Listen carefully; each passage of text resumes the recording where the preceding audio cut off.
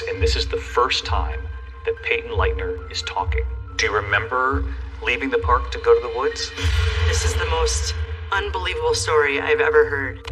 Who the heck is Slender Man? 3 12-year-old girls had a sleepover. The suspects lured the victim into the woods, and all 3 of the girls are 12 years old. We have no idea that she believed Slender Man was real. What did you do next? Stab, stab, stab, stab, stab. Was there any part of it where you thought I might not survive this? What were you trying to do with her when you stabbed her? Kill her. I might as well just say it. We were trying to kill her. If she saw this interview, what would you want to say to her? Tonight, the David Muir exclusive. The 2-hour 2020 event begins now. The whole time, Peyton was screaming and begging. Are you going to put me in prison and I'm going to rot and die?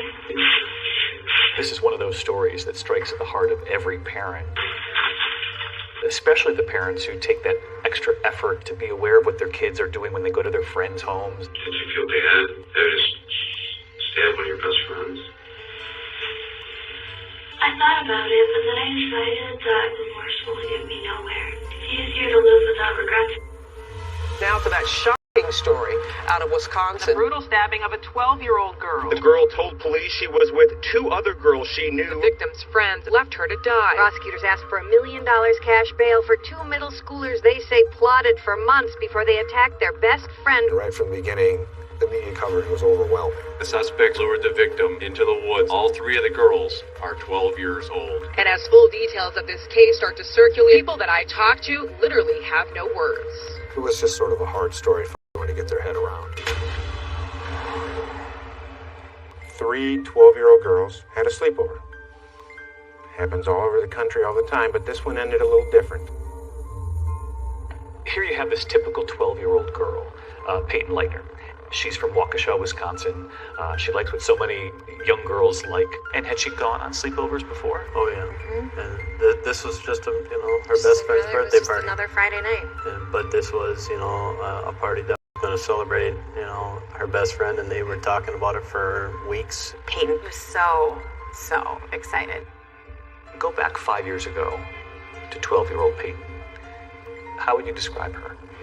Hopeful, positive, an animal lover. I saw the good in people. Peyton is a best friend. Her name is Morgan. And one of the extraordinary things about Peyton is that she was drawn. When I saw that she didn't have any friends at all, because Morgan. I didn't want her to be alone. She was my only friend for a long time. Because Why would you hurt your only friend? it was necessary. There was a third girl, Anissa. What's your name? Anissa Ware? She was new to the school that year. She became friends mostly with Morgan. So the 3 of them had begun to spend time together. It was a Friday night. Yeah, we went to Skateland. I've always been pretty good at roller skating, so I was going around doing my own thing. We were at Skateland having a good time. Did you guys talk about the plan at all? Nope. Peyton had no idea that the other 2 girls had been planning, had been plotting, and what was supposed to be sort of a typical joyful slumber party was instead really a dark plan to try to lure Peyton in. What were you expecting these young girls to be doing? Well, Peyton brought her American Girl. I think back when I was 12, I played Barbies at sleepovers, so that's what I expected to be happening, playing with dolls and spending some time on the internet. They played up in Morgan's bedroom, ran up and down the stairs, giggling and laughing, and it was just a normal night. I wanted to give her at least one more morning. The next morning, then, they wake up, they have breakfast, they play games, they then go to the park. We're going to do it today at the park. That's what Morgan said. Whose idea was it to go to the park? Do you remember? It was Morgan's idea. She normally was not allowed to go by herself. Normally there had to be an adult, but since it was her birthday, her mom let her go with just the 3 of us. And then we said that we were going to play hide and seek. It happened really fast. I was thinking, dear God, this is really happening. How in the heck can these 2 innocent-looking 12-year-old girls commit such a heinous act? What caused all this? I didn't want to do this.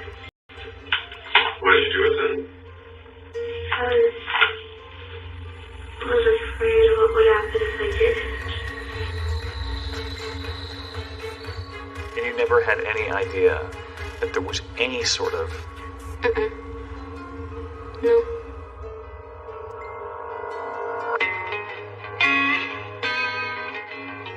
My name's Dan Klein. I'm a police officer for the City of Waukesha Police Department. Waukesha is a suburb of Milwaukee. It's the biggest suburb around. There's about 70,000 residents. A lot of families. We have a lot of parks out there, good schools. Saturday, May 31st, 2014. It was one of our first nice weather. Gorgeous day out. I thought, well, the earlier I get in, the earlier I get out and put in my 8. My first call of the day was a pretty easy call. The Family Video Store is one of our local mom and pop shops.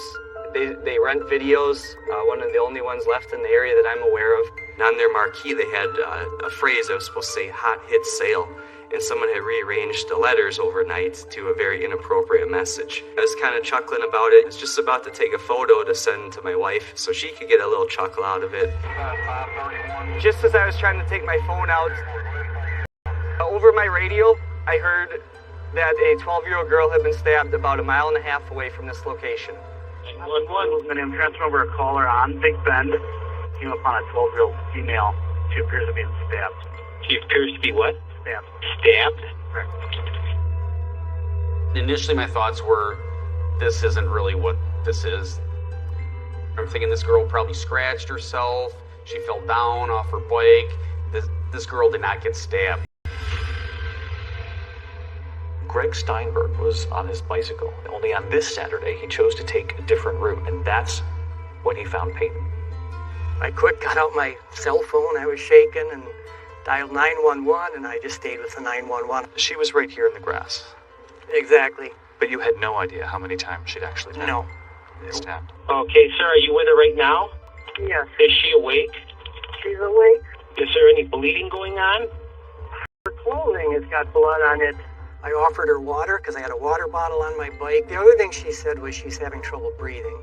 He knew this was a little girl in trouble, and when she began to tell him what had happened to her, he was in disbelief. Somebody's coming. Give me a minute. Who did that to you? The road that she was located on was Big Bend Road, at the dead end of that. Peyton wasn't moving a whole lot. As I approached her, I said, "Hi, I'm Officer Dan. Are you okay?" And she said, "No." And I said, "Okay, help is on the way. Just stay right where you are." And as I got closer, I started to see a little bit more blood. And the closer I got, the more blood I saw. Somehow, she'd been able to pull herself out of those woods. And in another moment of strength, she was able to communicate with him. I asked her who did this, and she told me her friend Morgan. I then asked her, where did this happen? And she told me that it happened in the woods. She was the first one to reveal that it was Morgan, her best friend, who was behind this. Morgan is 12. His house to figure out how this happened. Not only were there police in my living room, but they were wearing riot gear. I thought, what in the heck would make somebody do this? Was it hard for you to wrap your head around what had been done to you?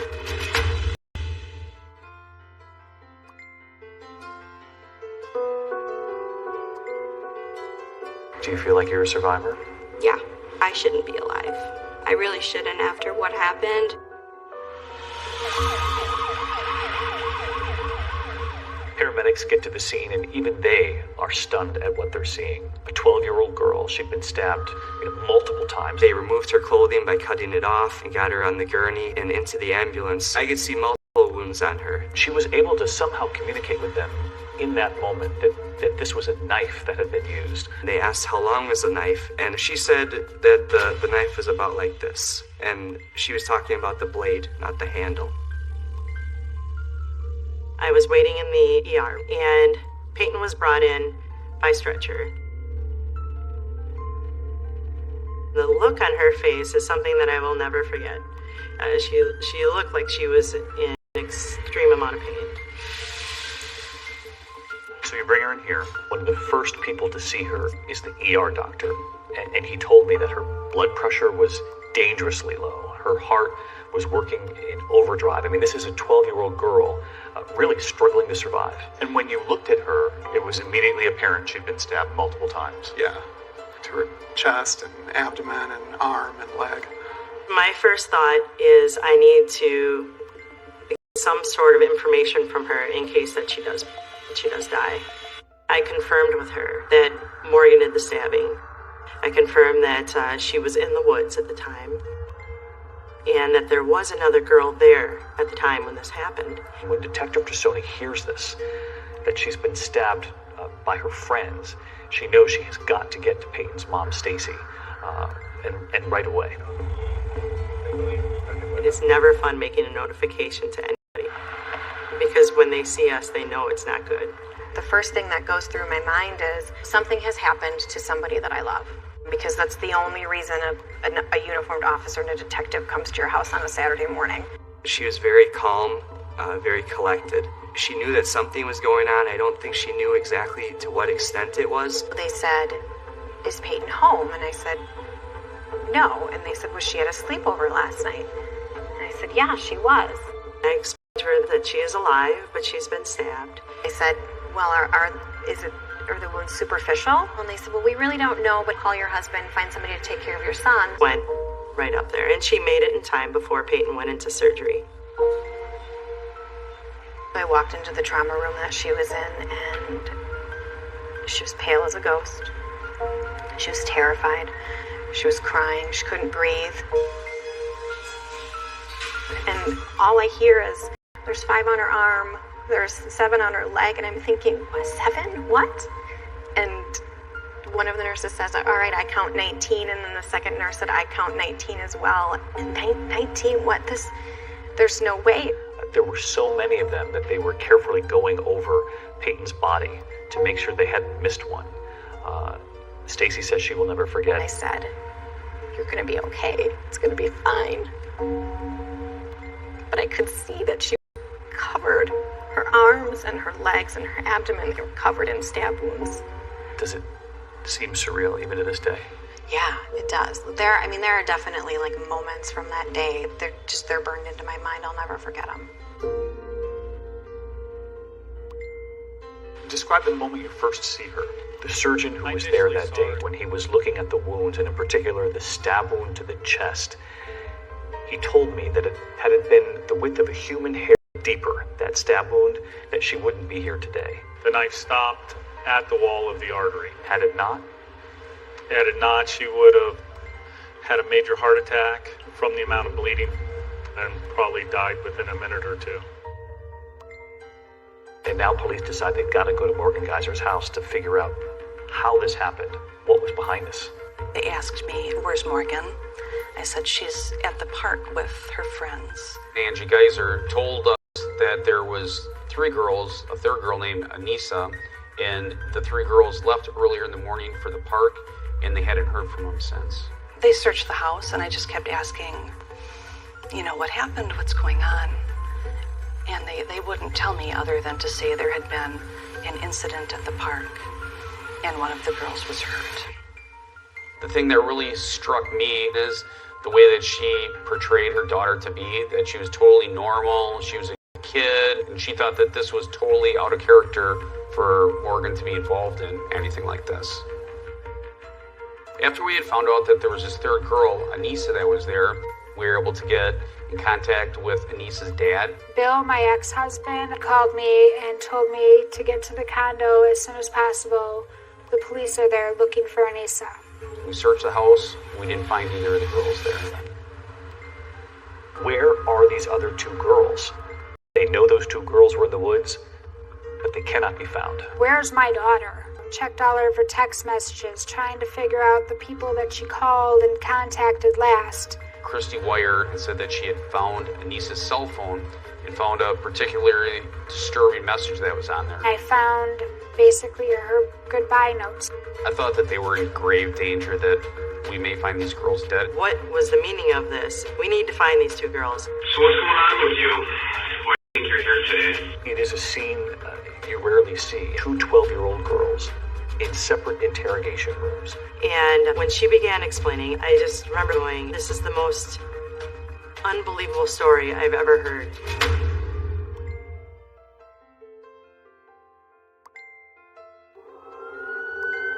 Breaking news, a 12-year-old girl is stabbed, leading to a big police search in Waukesha. There is a very active scene where Peyton was found. Police are still investigating. They still have this neighborhood shut down. We've realized now that we have 2 missing girls. Are these girls injured? Where are these girls? What was the meaning of this? We had just an overwhelming police presence throughout the community. There were squad cars zooming everywhere. A major search by ground and air. At one point I heard a helicopter overhead. You never hear a helicopter. We called in additional resources. We had canine officers that were up. We also started to put some stuff out into the media. So what we know at this hour, a 12-year-old Waukesha girl is stabbed 19 times. These are the woods where the stabbing actually happened. Massive search for 2 girls who were with the victim before she got hurt. We have absolutely no idea what's happened to my younger sister. My daughter was supposed to be at a slumber party, and now she's missing. It was one of those kinds of stories where the newsrooms go crazy and everybody starts trying to find an angle. You just wonder what puts a 12-year-old girl in this state of mind. Morgan was a very happy child. She was intensely creative. She was always making up songs and stories.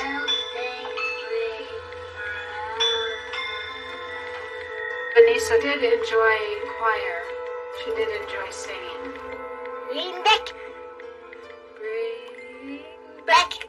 Oh, bring back my Bonnie to me. Anissa was very imaginative. She would always imagine a bigger and better life for her Barbie dolls. Looking back, Anissa was never really invited to a lot of birthday parties or anything. I don't think she really made friends that easy. Morgan did endure a lot of bullying, especially in the 6th grade by the other students. In the last year, she started to become any of the sadness or any of the bad things. They knew what each other had gone through, and they were going to be there for each other. Initially, when we were at first on scene, Christy Wire, Anissa's mom, had called me and said that she had found Anissa's cell phone. I looked at her cell phone, checked all of her text messages, and I found basically her goodbye notes. The message said, "This is my final wish to those who care. Do not grieve my absence, but remember me for who I was. I love and cherish you and wouldn't do you harm." It then changed my thoughts from abduction to running away. It was about 2:53 in the afternoon. I had gotten a message that the sheriff's department had located the girls on the site of I-94. They have found those 2 girls, I'm told, around 12 years old. They were sitting on the side of the freeway. By the time we found them, they had walked about 5 hours and made it to the north end of our city. And they were transported back to our police department. The detective told us that they were taking them to the police station to ask them some questions. I remember talking on the way how we were going to punish Morgan for this. I mean, I just had no idea how serious it was. When they brought the girls back, Payne was actually still in surgery, and we did not know if she was going to make it at this point. So we didn't know if this was going to be a homicide investigation or what this was going to turn out to be. They were kind of dirty, covered in some stains. Their demeanor was very calm. They seemed kind of meek. It is a scene you rarely see. In fact, I don't know the last time. I have seen 2 12-year-old girls in separate interrogation rooms about to describe in excruciating detail what it is that played out in the woods. I could tell that they were somewhat scared. At least Anissa was showing me that emotion. Your parents know that you're here talking to me, okay? And they're so glad that you're safe. I did notice she had a blood stain on the front of her shirt, and she was wearing 2 shirts. And I asked her, are you okay? You can stand up and kind of stand there, just like... Right there. Okay, let's... And it's on the white shirt underneath that. And it's on the shirt underneath it, too? Okay. What is your name? Anissa Wire. Anissa.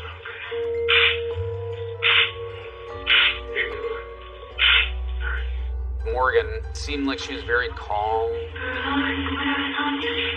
very relaxed, covered in blood. And this is like a normal day for her. Alright, just get it. I'm going to take some photographs of you right now. Do you mind just standing up, maybe? Alright, just stand up like that. Perfect. What are you doing? Morgan.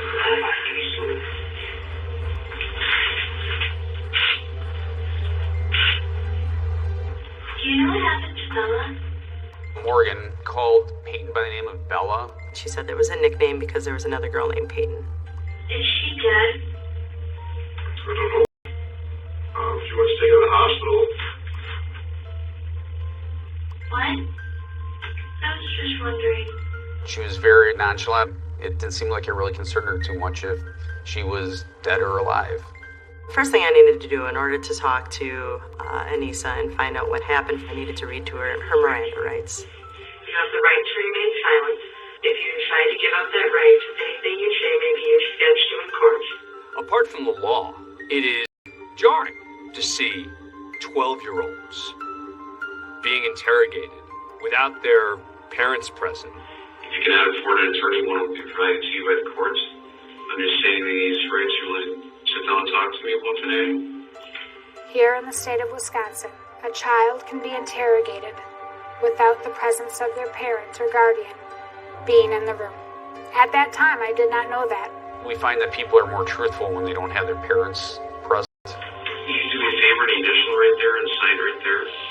I thought that she really did understand what her rights were and made a knowledgeable decision to waive those rights. I've never gone into an interview so blind as I have in this one. I thought that maybe this was all about a boy. This is a fight about a boy. I still don't know what happened, and I don't know who did what, and I need to know that today. Okay? We didn't know what these girls were going to tell us. What were you trying to do with her when you stabbed her? Kill her. I might as well just say it. We were trying to kill her. So why did you pick Peyton? I didn't pick her. Who picked her? Whoever Anissa was talking about. She made it seem necessary. My thought was, why would she do this? There's this website full of, horror stories that have there's one of them called Slenderman. Who the heck is Slender Man? We had to prove ourselves worthy to Slender. To think that two 12-year-olds would come up with something like this and plan it out for 6 months. As soon as I heard, I knew that this was going to be a big deal. Come to me, come to me.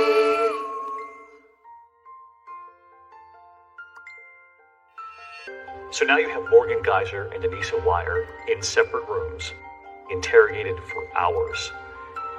And to this day, what you see on those interrogation tapes is simply chilling.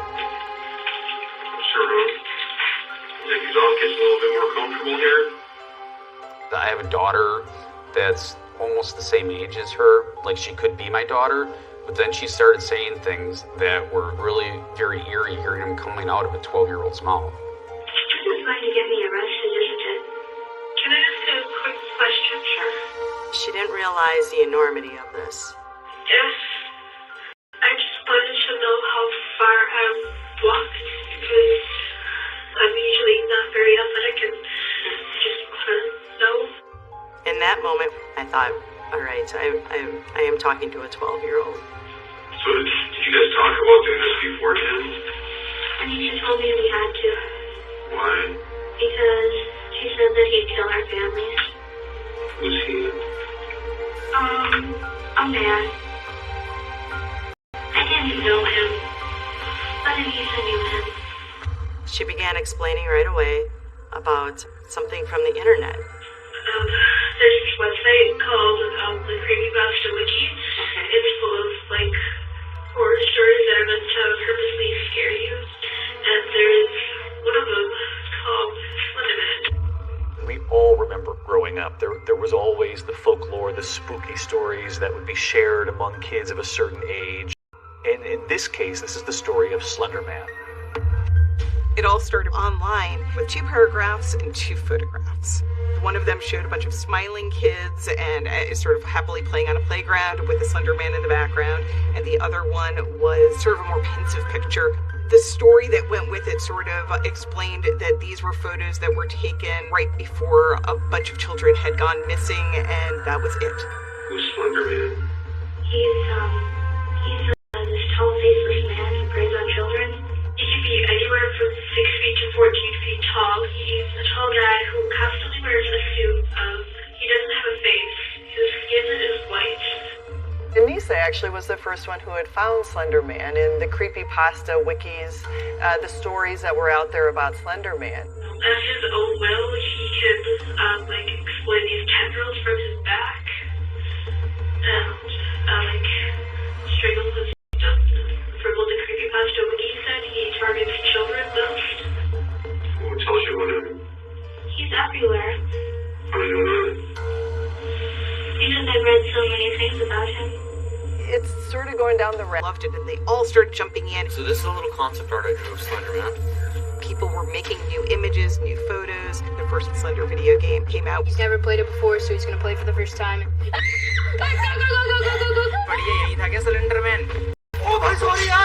People would write different kinds of stories. The stories looked real. Articles that looked like real news articles. Today, we're gonna be looking for Slender Man. Because every little thing looks like him, and I'm starting to see him everywhere, and I'm dreaming about him. Wait. No. I'm actually so scared right now. It brings it to life in a way that is almost hard to contain, especially for children who are of an age where they might struggle between what is fantasy and what is reality. At this stage of life, they're really searching. A lot of this stuff that may scare them or that may draw them in, there is no discussion around, there's no critical thinking around, and so they can get carried away. Do you think, looking back, that they couldn't differentiate between what was fictional and what was real? Yeah, I think that all of those fake pictures that were going around, I think very strongly that they believed all of it was real. I actually thought that he was real, because I saw him. We were, talking on the bus. I look out the window and I see this supposed snake standing like this, with tendrils, looks exactly like a tree. They are gone like that. The facelessness of the character makes him infinitely interpretable. There were a lot of different variations out there, and the girls found a version that complemented the things that they wanted to believe. Anissa explained to me that to prove yourself worthy to Slender, you would have to kill somebody. Morgan said, "We have to kill Bella." And then they were going to walk to the Nicolay Forest to try to find Slender Man. Morgan found out that Slender has this big mansion in the middle of the Nicolay National Park. What needed to make this happen, that for them to live in this mansion, was to kill somebody. And that idea came from Morgan. And my thought was, is she doing this for Morgan? What was Morgan like when you met her? She seemed a little lonely, controlling sometimes, but I just went with it. At the time, did you consider her your best friend? Yeah. She was my only friend for a long time. Why would you hurt your only friend? It was necessary. It wasn't until 6th grade that Anissa came into the picture. Anissa was moving to a new school, so she didn't know anybody. Their interests, horror stories, supernatural. We're supposed to be like sisters. They were lonely girls. They didn't have a lot of friends. Came across, I think, to other students. The best word I can think of is weird. Were you ever really friends with Anissa?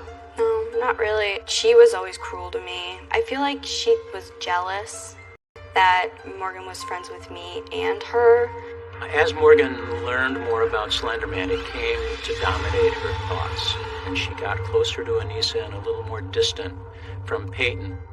I didn't really understand what we were doing, but I really didn't want to make Anissa mad. It's hard enough to make friends. I don't want to lose them over something like this. Do you understand what it means to kill somebody?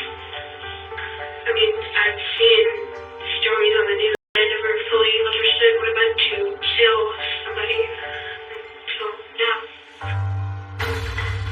As she's explaining it to me, I'm digesting it, and I'm thinking, where is this going to lead? Morgan handed me the knife, and then I started to count again. When I was 5 feet away, I said, now, go ballistic, go crazy. That's a stone cold plot.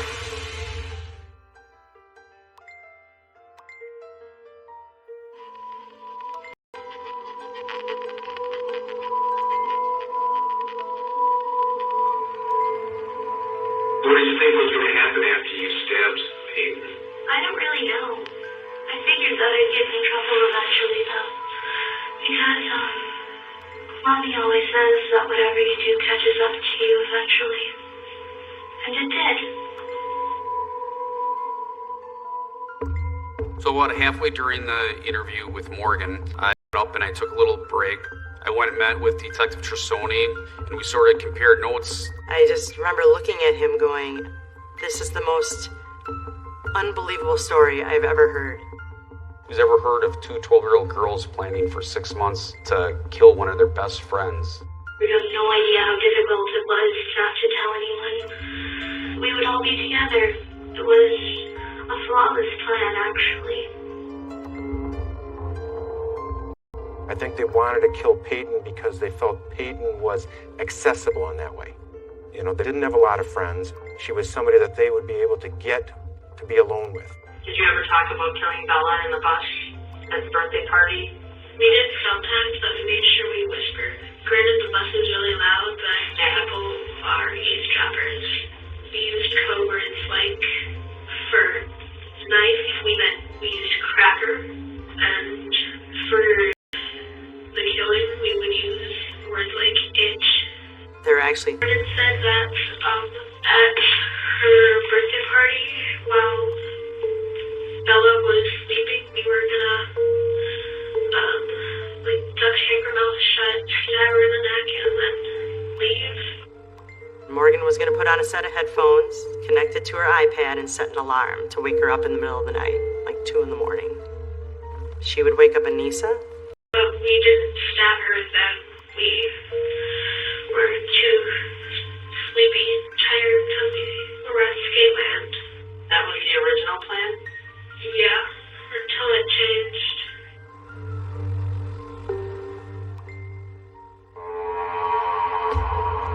So 5:30 in the morning comes and they wake up. They get up, start playing with silly putty and playing with their iPad and playing dress up. And while Peyton is putting on a pink princess dress, the two start talking and they start devising plan number 2. So I said, hey, we could go to the park and kill her in one of the bathroom stalls. Was Bella around at that time? Yeah, we were playing dress up, and Bella was putting on a costume in the bathroom.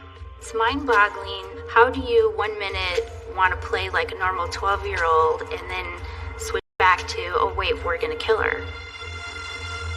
We asked Morgan if we could go down to the park, because we were going to do it down in the bathroom stall and sit her on the toilet.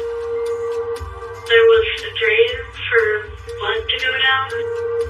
And when did she take the knife?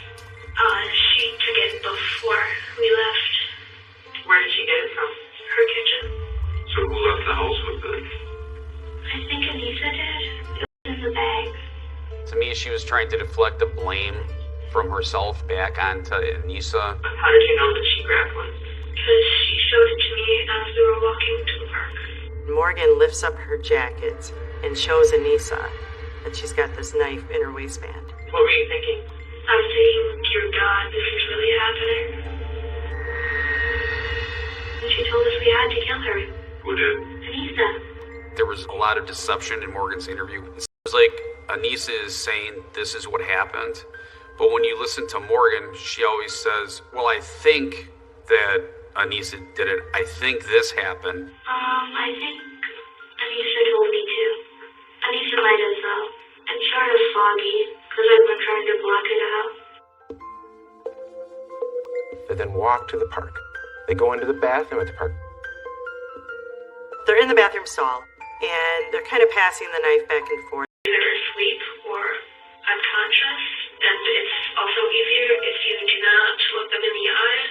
Anissa tells me that she actually tries to knock Peyton out. I kind of went like that to her forehead, banged her head up against the concrete. And you were doing this to knock her out so you guys could kill her in there? Yeah. They lose their nerve. They don't kill her at that point. They then go outside. They leave the bathroom and they start to walk through the park. And that's when Plan B is devised. I say, hey guys, why don't we go take a walk around the block? That's when I pointed out to Morgan the trees and bushes and all that and say, we could take her in there and do the deed. We led her there and tricked her. How did you trick her to get down there? We said that we were going to go bird watching. People who trust you become very gullible. And it was sort of sad. And once they got closer to the woods, they had suggested that they play a game of hide and seek. They walked deeper and deeper into the woods, and then Morgan said that she would go off and count, and that Peyton and Anissa should go hide. She was going to hide one place, I was going to hide another, and then Morgan and I were going to be like lionesses chasing down the zebra. I was going to tackle her, and Morgan was going to do the stabbing. Anissa passes the knife back to Morgan. And Morgan's like, all right, I'll do it, only if you tell me when to do it. So I started walking away, and then like when I was 5 feet away, I said now. I'm like, I'm a go ballistic, go crazy, make sure she's down. I couldn't believe these words were coming out of a 12-year-old's mouth. It's awful. What did you do next? I already told you. What was that? Stab, stab, stab, stab, stab. In all my years of law enforcement, I've never heard anything like this. It's almost as if they are writing their own story. They're living their own creepypasta story. Look at that video and say, see, she's bloodless. She's just cold-hearted. She was going to kill. And other people said, oh, she's so clearly disturbed. Do you remember leaving the park to go to the woods? They just wanted to go on a walk. Who could ever see something like this coming? Like, nobody. And you were 12 years old. Exactly, oblivious. They made the wrong turn at each point, to the point where it just was out of control. You just have to think about this locomotive that is just going down the tracks, and there's no brakes on it. On here, which is what, you just have an evil 12-year-old.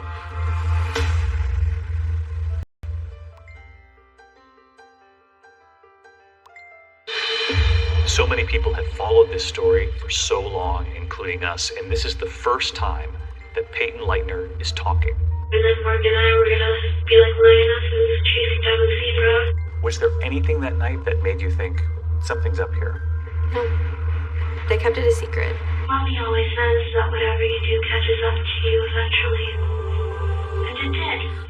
Tonight, the David Muir exclusive. The 2-hour 2020 event continues right now.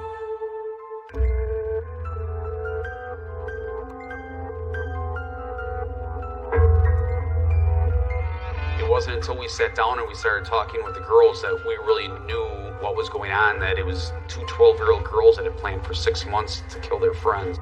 You don't often see this with adults, and to have this happen between 12-year-olds is absolutely horrifying. Can I ask a question? Yes. Where is Bella's body now? Bella's at the hospital. Okay. I thought it was still out there. The crime scene. Did you think that she died? Yes. She is alive. Okay. Have you ever watched any of those interrogations? I watched a little bit. What was your reaction? It was a little shocking to me to see that they had this big, huge plan that they had been working on for months.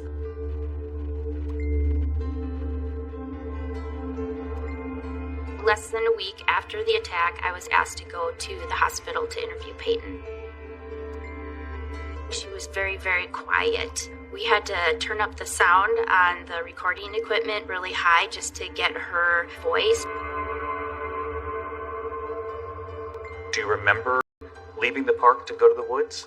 They just wanted to go on a walk, and I didn't think much of it. It's just a walk. It's in Waukesha. Like, what bad stuff happens in Waukesha, Wisconsin? After we go into the woods, we say we're gonna play a hide and seek.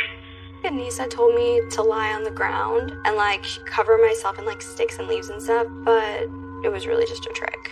It took a long time throughout the interview to finally get her to say Morgan's name or that Morgan had even stabbed her.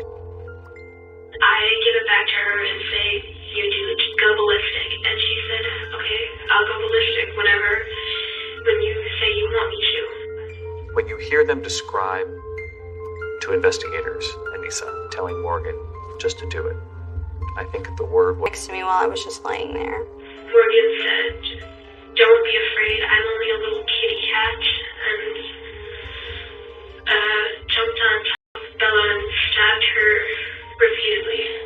And do you remember when it started? Kind of. I didn't feel anything because my body was in shock. From the adrenaline, I didn't feel a thing.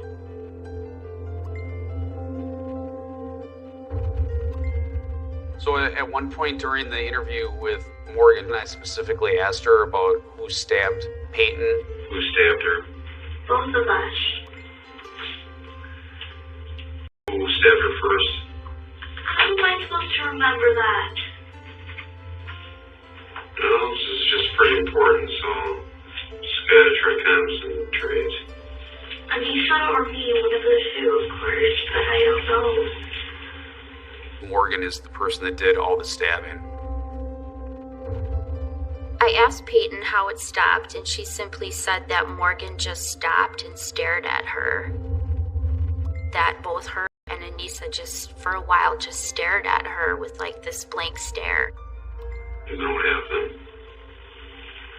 Are you trying to do this over and over again and see if I tell the story differently? I'm just trying to make sure that I get it right. I thought that she was very aware of what was going on, actually very sophisticated. After they stabbed her 19 times, they encouraged her just to lay down in the woods and rest. What they really wanted her to do was bleed out in the woods. Do you remember what you said to them?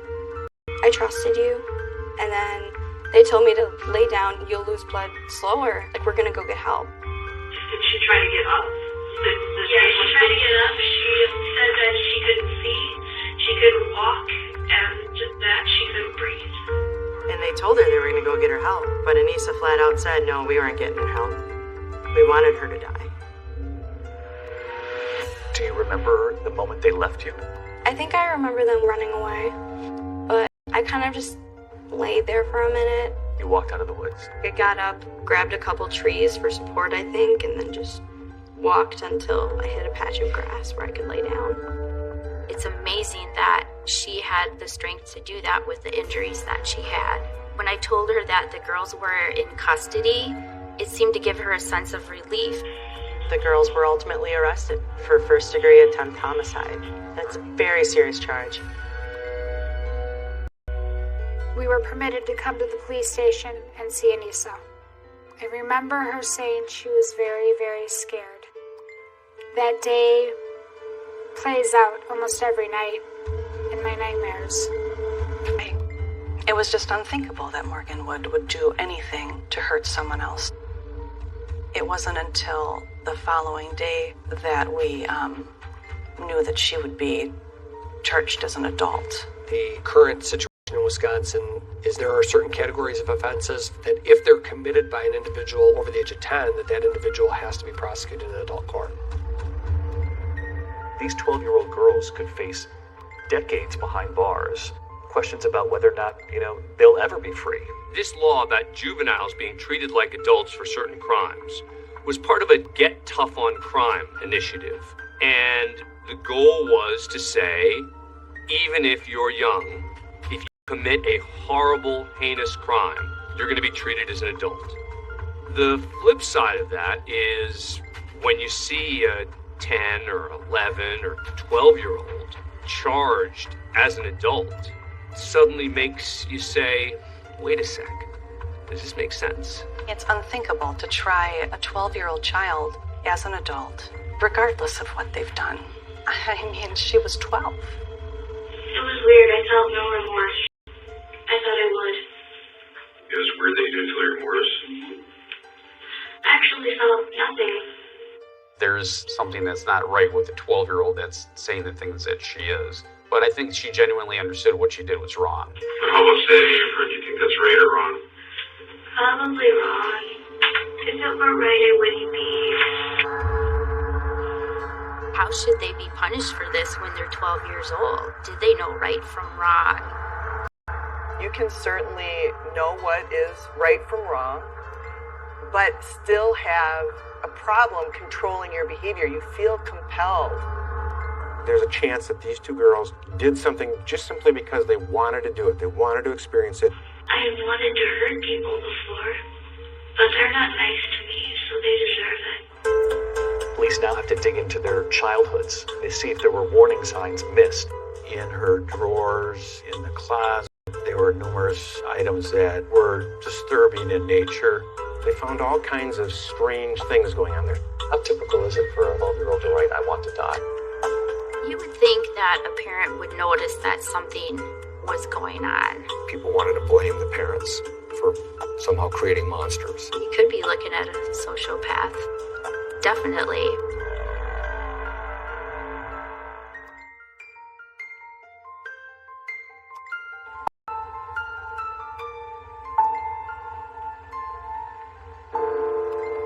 State of Wisconsin versus Morgan Geyser. First-degree intentional homicide. That made the case automatically start in adult court. That also led to the judge releasing their pictures. Seeing Anissa in the courtroom in the jumpsuit with the shackles and the handcuffs and the belly chain really hit hard. It broke my heart. That's what I think gripped the public's attention, was how extreme that looked, to see children shackled. That really started the whole split, I think, of public opinion on the case, between those who saw it as these are dangerous actors out in the community that need to be locked up forever, and those who thought like something's really wrong with these children. They needed help and should be in juvenile court.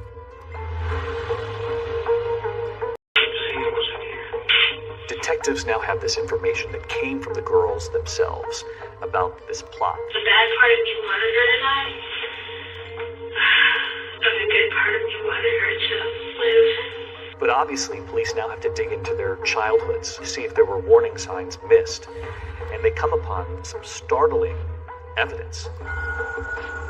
The middle school called me and said, "We want to go through these girls' lockers." There was one picture found in Anissa's locker. Everything else was found in Morgan's locker. So she had tons of notebooks that had all kinds of writings and drawings related to Slender Man. Slender Man was originally created as sort of fan fiction and an extension of the campfire horror story. These images that were unclear whether they were nurturing or threatening.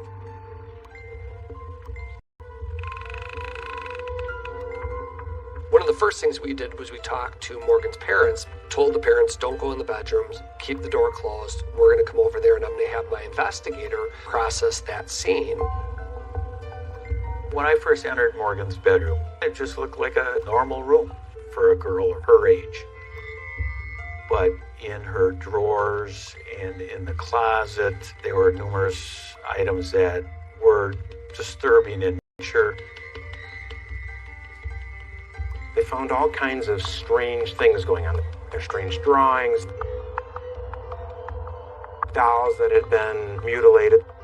Some of the dolls had their hands cut off, arms cut off, legs cut off. They found a lot of things that most people would say, geez, that should have been a red flag to a parent. And yet no indication that a parent ever said, hey, wait a minute, what are you doing here? Maybe we should get you some help. I spoke with Mom and Dad, and we started to look at some of the emails, and we also looked at the computer that Morgan had at her house, the iPad that Anissa had. Whenever I'm really bored, I go on my iPad and I go to the Creepypasta Wikia. I had no idea that besides the school-issued email address, that she had on her own made a Hotmail address and falsified her age. A week before this happened, Morgan sent Anissa an email that said, make sure to clean out your browser history. One of the things that shows whether you know right from wrong is saying clear your internet history, because we don't already know that we've been searching for these things. In looking through the Geyser home computer, there's literally thousands of internet searches that were done. How to get away with murder. What kind of insane am I? She was searching these things ahead of time. The school had turned over to me a list of books that Anissa and Morgan had checked out of the school library. Morgan had checked out books on crime scene investigations, the prison system, mental health conditions. I look at it as, how do I act after this happens? What role do I play? I definitely had a clear sense of who was the ringleader, who was driving this between the two girls. It was definitely Morgan. During Anissa's interview, she was being truthful and honest. I could tell because she would say that Morgan did A, B, and C, but then she would take responsibility for some things herself. I think Morgan's completely to blame for it. So, I don't think any of this would have happened if I had told her about creepypastas. Whereas Morgan was just putting it all on Anissa. Anissa told me we had to. She knew tactics that police used. She knew the criminal justice system.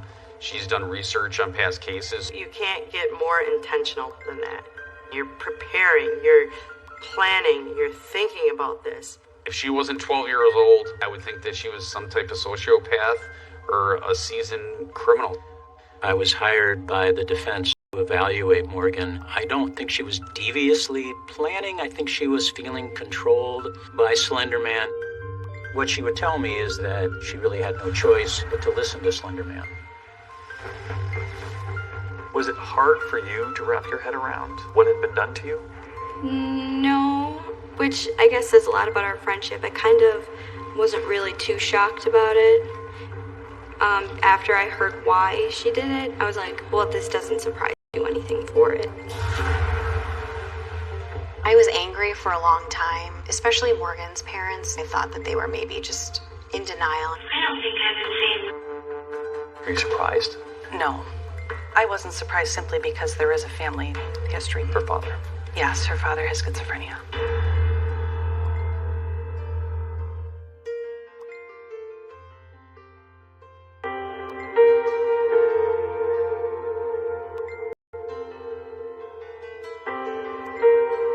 We have been documenting this story for years, and part of this journey has been with the parents of the two girls who were accused of this horrible, horrible crime. We try to visit at least once a week. On a good week, I can get out there 2 or 3 times. In 2014, Anissa was actually sent to the Washington County Juvenile Detention Facility. And that's typically a place kids spend maybe 5 days after they're arrested. These girls just kept sitting there all these months while the case dragged on. The children have no access to the outdoors or even windows to look out of. In the last 35 months, Anissa's maybe had 40 hours of fresh air. There is no physical contact. I can't wipe away a tear. I can't give her a hug. I can't kiss her. It's indistinguishable from a jail. You go through a metal detector. You go through locked doors. There are not mental health treatment providers on staff to evaluate, provide services, and medicate individuals. There are moments where my heart is so full of sadness. That's when I put on a mask. I don't allow myself to break down in front of her and see how much this is hurting me.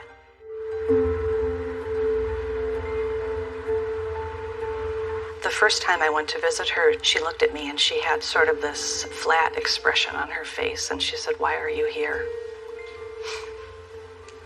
What did you think in that moment? It's heartbreaking.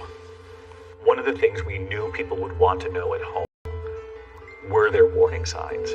Did these parents look back the childhoods of their daughters and see something now that perhaps they missed along the way. Angie told me the story about showing her daughter Morgan Bambi. Bambi, come here. We had been concerned to show Morgan the movie. We were afraid when Bambi's mother died, she would be devastated that she in fact, had quite the opposite reaction. After Bambi's mother was shot, Morgan just said, "Run, Bambi, run." And had no reaction whatsoever to the mother dying. She wasn't at all concerned about the mom. No, no, not at all. Did you know anything about Morgan's fascination with Slender Man? We did. We did. You talked about it with her? We did. And she would show us some of the pictures, and she would read us some of the stories. Do you remember when she first started talking about Slender Man? That was in 6th grade. It was early 6th grade when she had met Anissa. I thought it was really weird and odd. I was never into it. I just kind of went along with it because she was my best friend. We had no idea that she believed Slender Man was real. Did you ever think that, this is a little too dark for my daughter? When I was Morgan's age, I was reading Stephen King novels. I remember being 11 years old and riding home from the library on my bike with it under my arm. And that's a very scary and dark story. So I just thought it was normal. As this is playing out, this whole legal process, they're holding a competency hearing for Morgan Geyser. And during that hearing, it's suddenly revealed that she's been diagnosed with early onset schizophrenia. I'm not a doctor, but all the doctors agree that schizophrenia in a 12-year-old is extremely uncommon. It develops later in life. Are you surprised? No. I wasn't surprised simply because there is a family history of schizophrenia. Her father? Yes, her father has schizophrenia. HBO came out with a documentary called Beware the Slender Man, where Morgan's father talked about his own schizophrenia. Like you can see it, and it's not real. It totally doesn't matter because you're still terrified of it. I know that I know the devil's not in the back seat, but the devil is in the back seat, Morgan's behavior was directed by her psychotic symptoms. Morgan was being guided by voices that were ordering her to kill someone. When you look back, are there moments when you can see her suffering from that? It's difficult to say. She was always kind of a quirky kid, but not pathologically so. I expected to either get put in prison or an insane asylum. I didn't know what to expect. On some level, I'll always feel responsible for not knowing that my daughter wasn't well.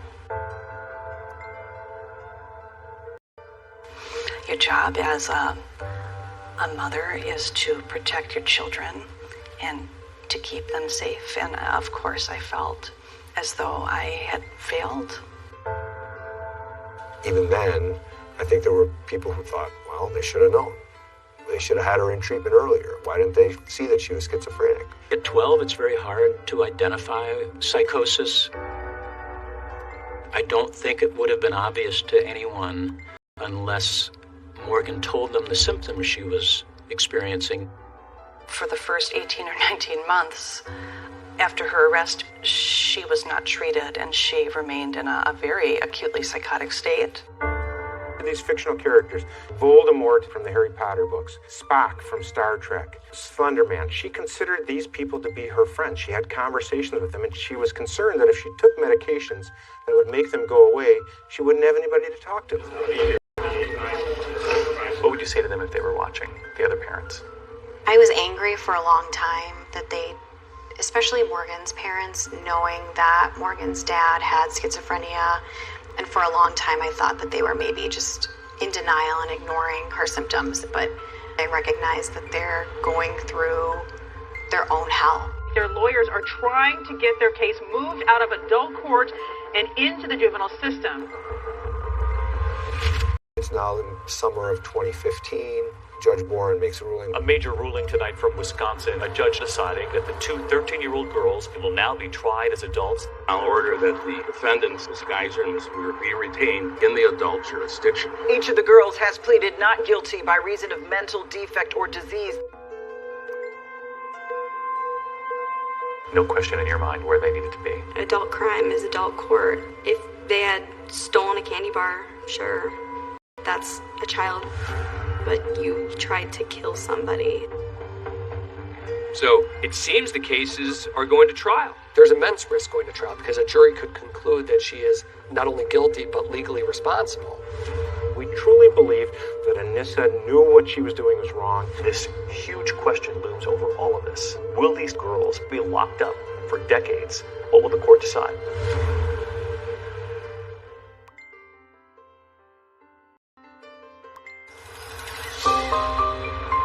Nearly 3 years have passed since the so-called Slender Man stabbing attack on a Waukesha 6th grader by her two classmates. In 2017, the first of these cases goes to trial. It's Anissa. People there, we had to have security push, the reporters away from us. By the time she shows up, she looks completely different. She looks grown up, as opposed to just a few years earlier when we have the mugshot of her at 12 years old. And she seems to get it. We're all looking forward to this kind of coverage. And then we hear that Anissa has pled guilty and cut a deal. That means you participated in the offense. Once she enters into this plea, there's then a separate trial in effect to determine what should be the punishment. They would go to trial simply on whether she suffered from a mental disease or defect and should not be held criminally responsible. So the jury now has to decide, should she have to go to prison or should she simply go to a mental institution? We're in the record in State versus Wire. It's basically both sides going for broke. On the day this happened, she did it because she wanted something out of it. She wanted to be Morgan's friend. On the other side, of course, just the opposite. The evidence will show that at the time this occurred, Anissa's broken mind caused her to lose touch with reality. Anissa's lawyers were arguing that she was delusional. The bulk of the defense's case was mental health experts. They called 3 of them to back up the defense's argument that Anissa was mentally ill. I was hired specifically by the court to do an evaluation of Anissa. Did you find a diagnosed disorder for Anissa? Yes, I did diagnose her with a disorder. Anissa was diagnosed with shared psychotic disorder. There's an old French word, right? Folie à deux, which is madness shared by two. 3 different doctors or experts all agreed that as rare as it is, she happened to meet another 12-year-old who was more ill than she was and kind of got caught up in her own delusions and what they call a shared delusion. You have a new girl that comes into school who's desperate for a friend, being introduced to a girl who's having some mental health problems, and then they have this shared interest, and you couple that with the fact that they're 12 years old and still retaining some of the magical thinking of childhood, and it's this perfect storm. They believe they had to do it. I was really scared, knowing that Slender could easily kill my whole family in 3 seconds. Well, essentially, it was protecting their family. They needed to kill somebody to prove themselves to Slender Man. She knew exactly what she was doing when they stabbed Peyton, and point to a very specific moment in the interrogation. The first line that she tells me in my interview was saying the silly thing about this was, I didn't know I was in danger until after Morgan stabbed Peyton. That statement is, to me, the most powerful statement in the whole case. Well, if she didn't know that Slender Man had made the threat till after she did it, that couldn't have been what motivated her to stab Peyton. If that's not what motivated her, what is? Is it possible that we have that extremely rare thing going on here, which is, well, you just have an evil 12-year-old? The case goes to the jury and they deliberate for 11 hours. It took a while. I think that Final verdict didn't come until like 10:30 or 11 p.m. The time had come. Anissa Weier sitting in that courtroom, shaking. Has the jury reached a verdict? Yes, we have, Your Honor. She's about to hear what the punishment will be and where she'll be sent. Anissa Weier was found not guilty by reason of mental disease or defect. In the end, the jury decides she should be committed to a state mental institution rather than going to prison. With that, I will order that she be committed to the Department of Health Services. A late-night verdict in the Slender Man trial, the decision not to send Anissa Weier to prison. Their decision was humane, and the actions of a 12-year-old didn't deserve the harshest punishment. Age was everything. If you're an adult, when you say you didn't understand right from wrong, that's an argument that almost never succeeds. But when you were 12, at the time it happened, you got a much stronger argument. But it's up to the judge now. The judge will decide how long she'll be sent away. We argued strongly for 25 years. Miss Weier, do you want to say anything? I know that nothing I say is going to make this right, Your Honor. And nothing I say is going to fix what I broke. I'm never going to let this happen again.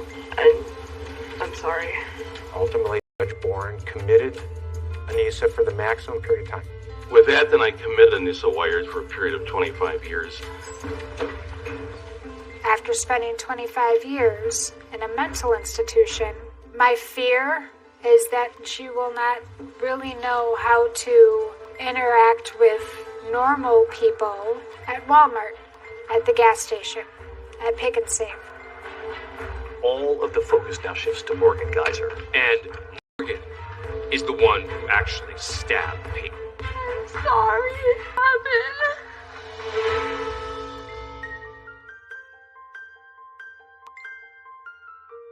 Anissa Weier will be heading to a mental hospital rather than prison. So now you have one of these girls, Anissa Weier, found not guilty by reason of mental disease or defect, and all of the focus now shifts to Morgan Geyser. It becomes clear to prosecutors that they're not going to be able to convince a jury to send Morgan, who is even more mentally ill, to a prison. Morgan's lawyers end up cutting a deal with prosecutors. I'll be blunt. One of the reasons we did that is clearly Morgan was much more psychologically damaged. What did you make of what you heard? I remember feeling sad at Morgan's sentencing hearing because she was not the girl I remembered. So that was sad for me. Miss Geyser, would you like to say anything? I just want to let Bella and her family know I'm sorry. I never meant this to happen. What would you want to say to them? I'm so sorry for what Peyton went through and for what they must have gone through. And I would take it back if I could. Do you accept their apologies? I don't think I'm there yet. We're still healing, and we're still trying to rebuild our lives. So it's still a little hard. The length of the commitment, I believe, is appropriate at 40 years, and that'll be the order of the court. 15-year-old Morgan Geyser sentenced in Wisconsin today to 40 years in a mental institution. If Morgan had never met Anissa, I think Morgan probably would have acted out in some other way. Would it have been violence? I don't know. But Morgan was ready to do something, and she found Anissa. To put it all on Morgan or say she led this, I think underestimates the power of schizophrenia. It underestimates the power of the internet to influence people to behave in ways they wouldn't behave in real life. I really think it was them working as a team. You're convinced that it was a toxic combination? Yes. That one fed into the other? Mm-hmm.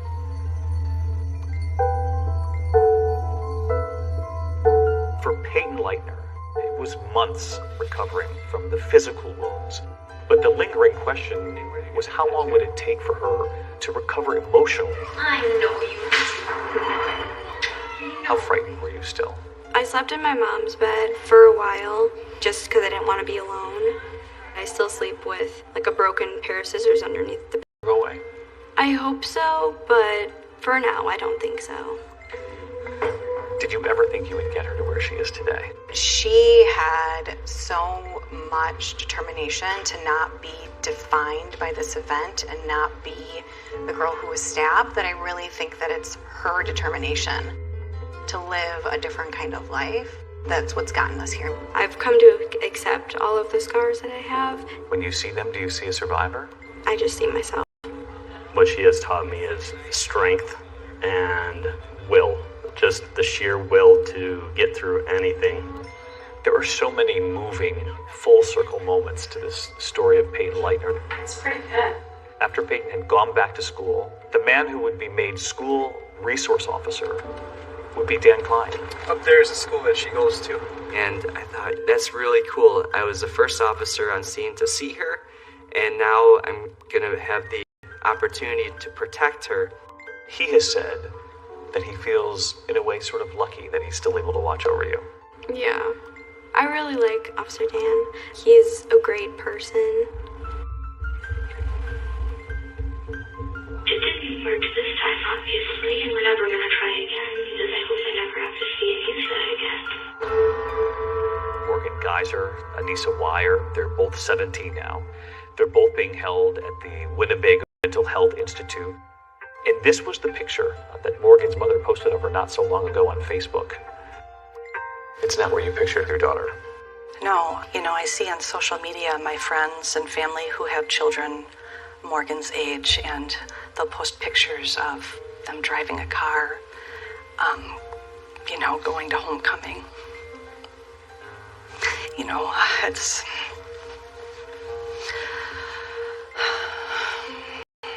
It's hard. One of the things I asked Angie, would they still be able to live in Waukesha? And she sat across from me and said, we're going to move. I frequently drive by these places that hold horrible memories, and I just want to get us all away from that. Every 6 months under Wisconsin law, you can petition the court for release from a mental hospital. At some point, we'll start seeing the petitions for release, and we'll be back in Waukesha County. I think Morgan could rejoin the community, if not immediately, in the very near future. Waukesha's not a big city, and so if she was released, you could honestly run into each other at the grocery store or the park.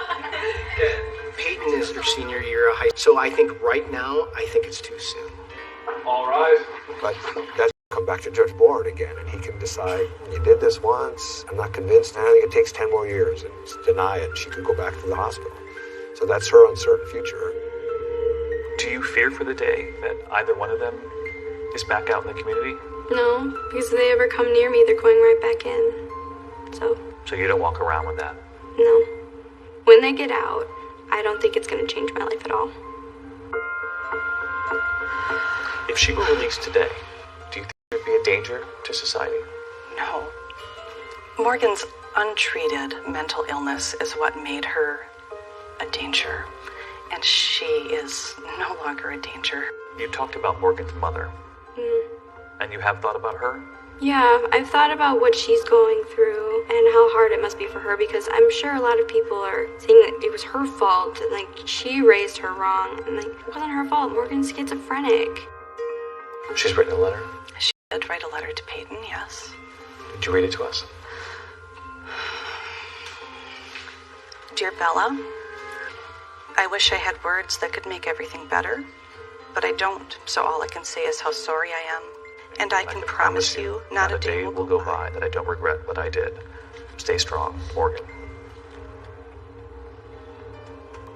It's a nice gesture, and I appreciate it, but they're just words on a piece of paper. If she saw this interview, what would you want to say to her? Ooh, there's a lot that I would want to say to her.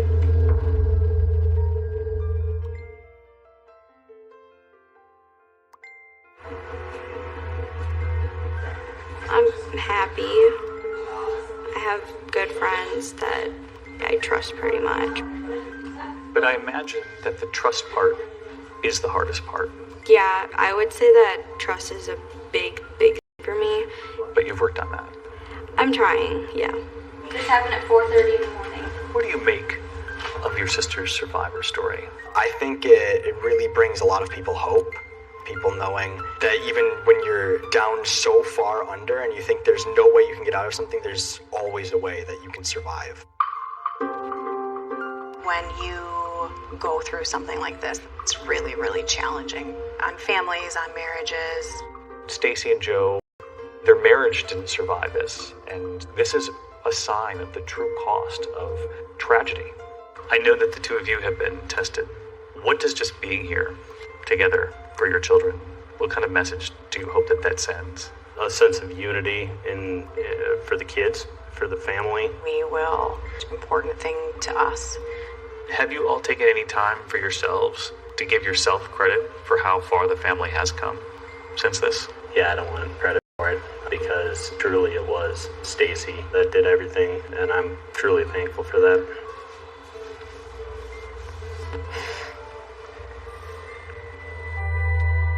There'll be people talking about this forever. There was just an endless fascination. We can't change what's on the internet, but we can change whether our kids access it, and if they do access it, how they process it. I think that the whole dangers of the internet thing, that's probably the simplest thing people will remember. But I think what we found out from the case was, if Morgan weren't schizophrenic, probably this doesn't happen.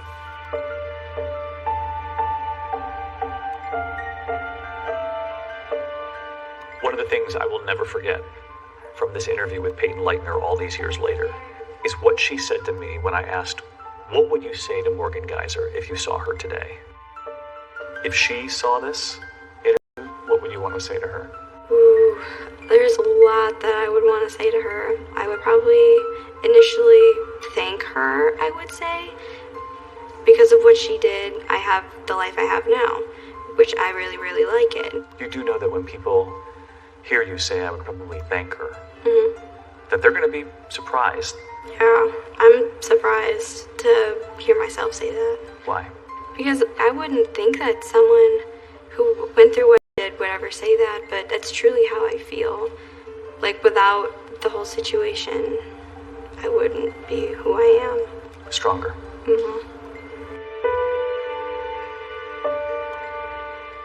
What happened to me has made me who I am, and I love it.